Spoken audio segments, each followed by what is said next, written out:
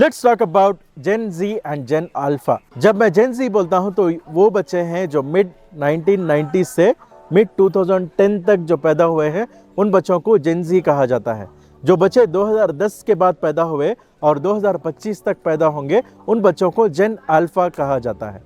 तो जेन जी और जेन अल्फा के certain good qualities हैं, certain bad qualities हैं।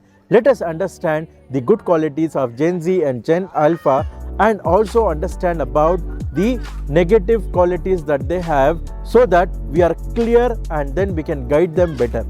Alright, let's get started. So let's talk about the positive. जो Gen Z और Gen Alpha के बच्चे हैं, वो diversity में believe करते हैं। They are not worried about caste, religion, region और वो फ़र्क नहीं करते हैं लोगों के दरमियान। जो भी उनको अच्छा लगता है वो उनको फॉलो करते हैं, उनकी बातें सुनते हैं, उनसे फ्रेंडशिप करते हैं। The second thing is they explore different career opportunities. पहले ज़माने में ऐसा होता था कि लोग बस एक ही स्ट्रीम में जाते थे। लेदर इंडस्ट्री है तो उसी स्ट्रीम में चले गए, गारमेंट्स है तो उसी स्ट्रीम में चले गए।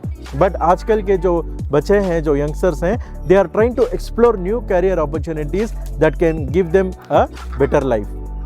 The third one that the Gen Z kids have is they break the traditional pattern and superstition.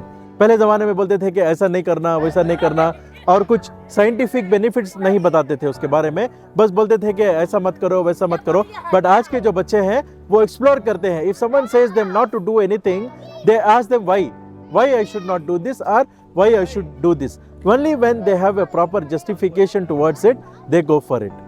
So that's one of the positive qualities that we can say about them.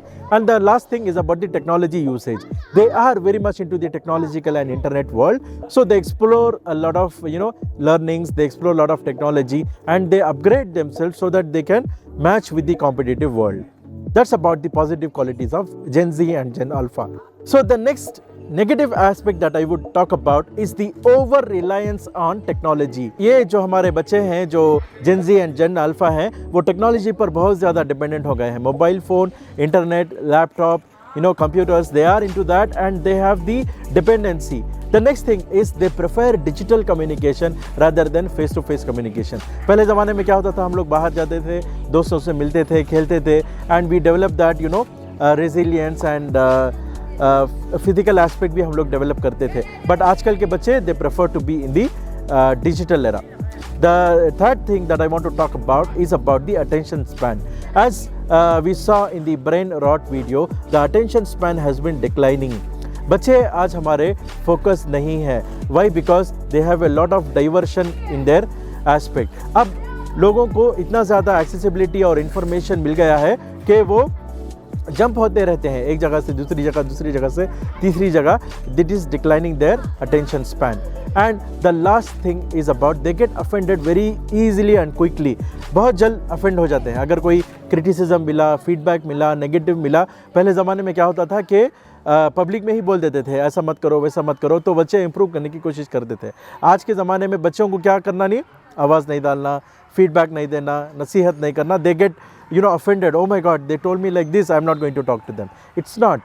If someone is advising you, it is for your good and for your benefit. So listen to your parents, elders, friends who give you better advice so that you become a better person in your life. So thank you so much. That's about Gen Z and Gen Alpha. Subscribe to our channel to know more about the educational content. Thank you.